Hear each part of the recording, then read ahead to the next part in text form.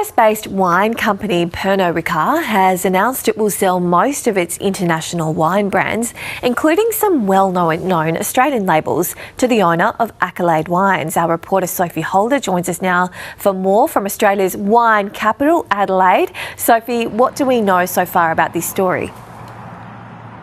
Good morning. Yes, well, what we know so far is that Pernod Ricard has agreed to sell some of its international wine holdings to the Australian Wine Holdco Limited, and that consortium is the owner of Accolade Wines, which produces wines here in South Australia like Hardy's Wine in the McLaren Vale and also Bamrock Station in the Riverland. And Pernod Ricard will be selling its Australian brands, including Jacob's Creek, St Hugo and Orlando. And they'll also be selling New Zealand and Spanish brands, including Stoneleigh and Campo Viejo.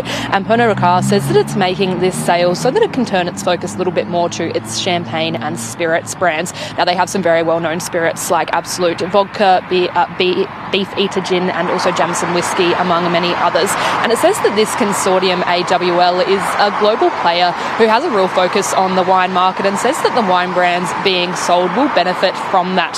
And we know that this does come at a time when we are seeing a significant glut of red wine across the globe, and that's because of things here in Australia like the now lifted Chinese wine tariffs, but also just broadly changing consumer habits. Now, this deal will still be subject to regulatory clearance, and Pernod Ricard says that's expected next year.